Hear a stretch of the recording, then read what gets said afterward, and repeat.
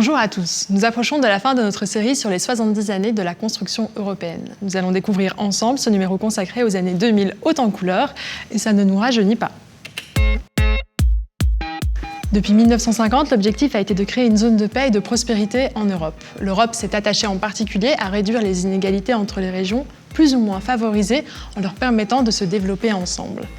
Nous voici en l'an 2000, une date qui suscite autant d'enthousiasme que d'inquiétude. En parlant d'enthousiasme, j'aimerais vous présenter mon collègue Manu. Allô Manu ? Allô Afsa ? Tu me mets sur l'écran s'il te plaît, c'est plus simple. Ok. Salut Afsa, ce début de siècle est celui de la connexion digitale. Non seulement les câbles disparaissent au profit de la 2G, du Bluetooth et du Wi-Fi, mais c'est aussi et surtout la distance entre les hommes qui se réduit drastiquement et fait désormais de nous des citoyens du monde. Le bac de l'an 2000 n'a finalement pas eu lieu. Le 31 décembre 2001 est marqué d'une pierre blanche. C'est l'avènement de l'euro qui donne un formidable coup d'accélérateur à la circulation des biens et des personnes en Europe. Les années 2000, ce sont aussi des drames. Les attentats de 2001 ou encore le tsunami dans l'océan Indien qui fera plus de 220 000 victimes. Ce tsunami nous amène à nous demander si la Terre ne nous envoie pas les premiers signaux violents de son dérèglement. Tempêtes, tornades, inondations, canicules, les records de mesures météorologiques se succèdent d'année en année. L'Europe met tout en œuvre pour soutenir les régions les plus durement frappées. Le Fonds de solidarité de l'Union européenne devient alors un nouveau symbole de la coopération entre les institutions européennes et les pouvoirs locaux. En 2004, 10 nouveaux pays adhèrent à l'Union. Chypre, l'Estonie, la Hongrie, la Lettonie et la Lituanie, Malte, la Pologne, la République tchèque, la Slovaquie et la Slovénie. Et 2 autres, la Bulgarie et la Roumanie, rejoindront l'Union en 2007. En quelques années seulement, notre population augmente de plus de 20%. Mais il existe de fortes disparités régionales en termes de développement socio-économique. Il y a les risques d'avoir une Europe à 2 vitesses. Il faut dire que beaucoup de nouveaux membres de l'Union sortent très affaiblis par plusieurs dizaines d'années de régime communiste. L'Union européenne tire les leçons du passé et reprend la recette qui avait fait ses preuves dans les années 80 lors de l'adhésion de l'Espagne, de la Grèce et du Portugal. Des programmes sont activés afin d'investir lourdement dans les infrastructures, générer un maximum d'emplois et initier la reconversion économique de ces pays. Bref, pour améliorer la condition de vie de ces nouveaux Européens.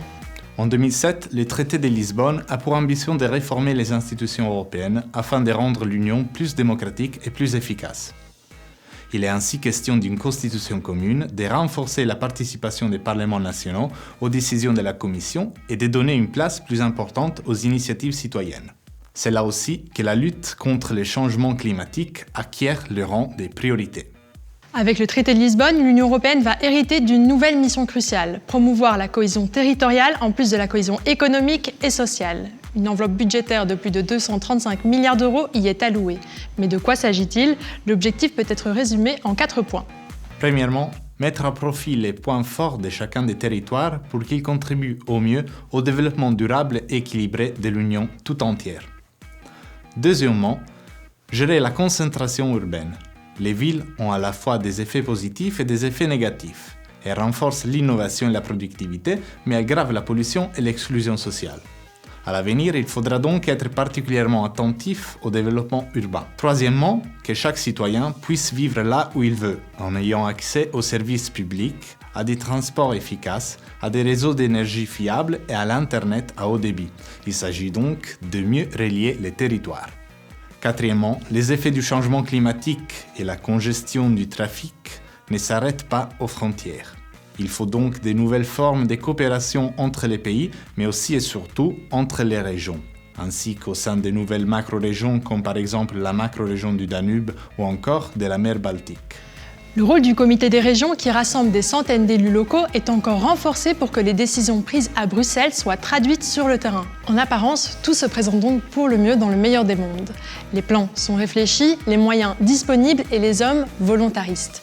Mais une crise sans précédent voit le jour outre-Atlantique, connue sous le nom de subprimes. L'onde de choc est terrible au plan international et une fois de plus, les Européens vont se serrer les coudes pour s'en sortir. Si les États sont bien obligés d'observer une politique d'austérité en ces temps particulièrement difficiles, la politique de cohésion amortit le choc et permet de limiter la casse en continuant d'investir au niveau régional.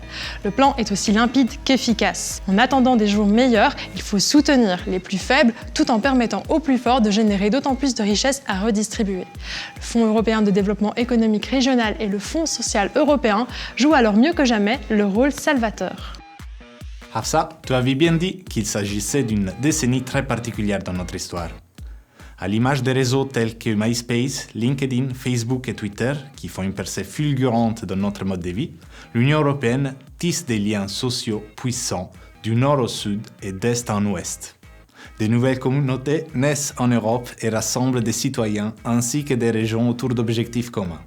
On ne voit plus une frontière comme une limite, mais bien comme une porte qui donne accès à l'autre.